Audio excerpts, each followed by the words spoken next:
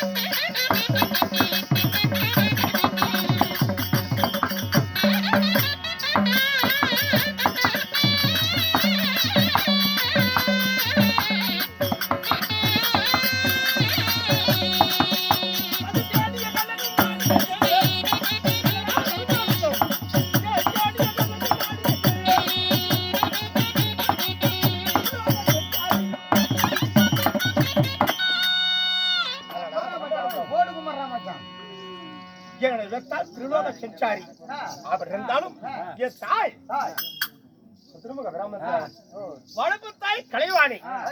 உண்மைதான். வளர்ப்பு தாய் கலைவாணிக்கும் சதுர்முக பிரம்மனுக்கும் பிறந்த என் திருலோக சஞ்சாரி நாரத மகாமுனிவராக இருந்தாலும் அவர் இருந்தாலும் பிரம்மானந்தம் என்று இதுல காலங்கள் கிடையாது. என்னுடைய வரலாறு எடுத்து வரைத்தால் காலமே கிடையாது. இன்னும் 17 வருஷம். அதனால் இன்று தினம் எங்க செல்ல வேண்டும்? அந்த தேவாதி தேரெல்லாம் இடிச்சு நேர்ந்து விட்டது. அந்த வாயா விசுவப்பட்டவர் தேரெல்லாம் கொண்டு போய் சிறை வைத்திருக்கிறான். அதனால் அந்த தேரெல்லாம் அந்த மெய்ய பொய் உருவத்தை அங்கே வைத்து விட்டு மெய் உருவத்தினால் என்ன அழித்திருக்கிறார்கள். ஏனென்றால் நான் ஒரு பத்திரிக்கார மாதிரி. எப்படி பத்திரிக்கை அங்கங்க தூது சொல்வது என்னோட வேலை. அப்படி இருந்தாலும் இன்றைய தினத்தில் எனக்கு கலைகள் வேண்டும். அதனால் நான் என்னுடைய தாத்தா வாங்கி அவரை போய் பார்க்க வேண்டும்.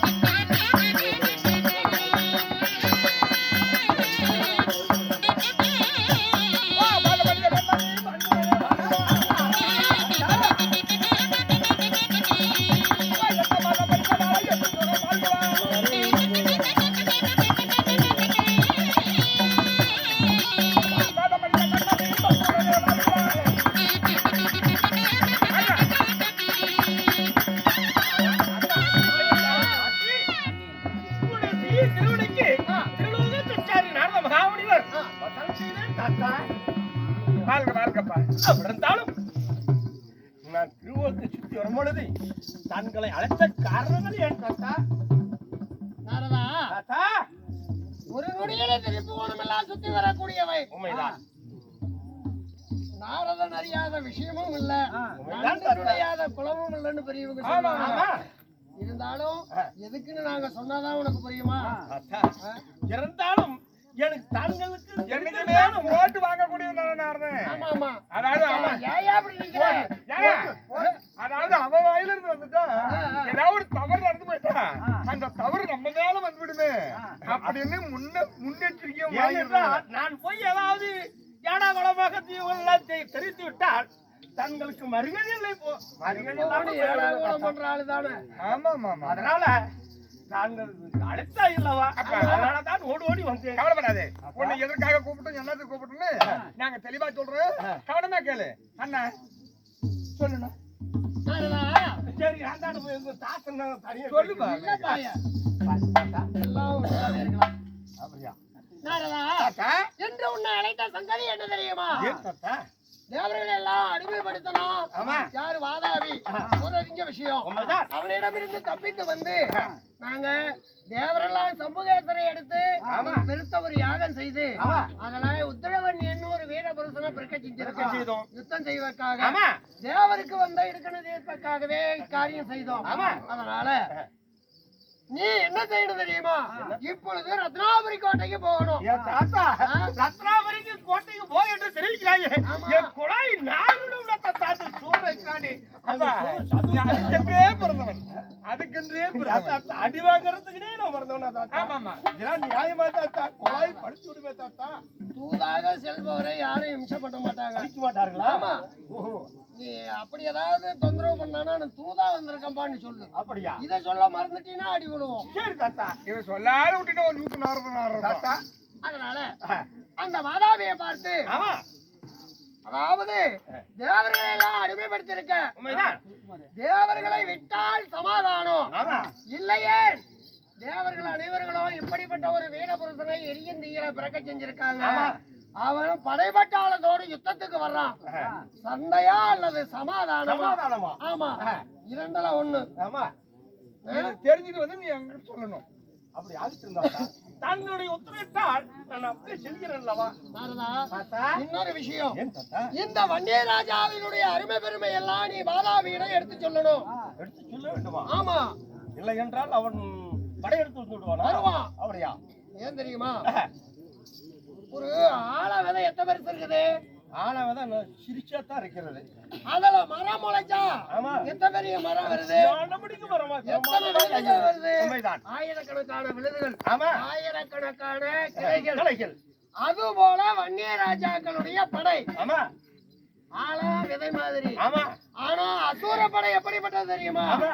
ஒரு பனைமரத்துல எத்தனை பெரிய பழம் இருக்குது? பெருசா பழம் இருக்குது. ஆமா அது முளைச்சா எத்தனை மரம் வருது? ஒண்ணுக்கு ஒரு ஒரே ஒண்ணுதான் ஒரு வரும். உண்மைதான் தாத்தா. அது மாதிரி அசூர படை. ஆமா ஆனா வன்னிய ராஜாக்களுடைய படையோ ஆழ விதை மாதிரி. அப்படியா? ஆழம் விதை மாதிரி. அது முளைச்சிருச்சுன்னா ஆயிரக்கணக்கான இலைகள் ஆயிரக்கணக்கான விழுதுகள். ஆமா அதனால அத நீ அழிக்க முடியாது. அதனால என்ன அனுப்புனாங்க? சண்டையா சமாதானமா அப்படின்னு கேட்டுவா. அப்படி ஆகட்டும் தாத்தா. என்ன இதுக்காகவே ஒண்ணு நினைச்சோம். போய்வாப்பா. ஆகட்டும் தாத்தா.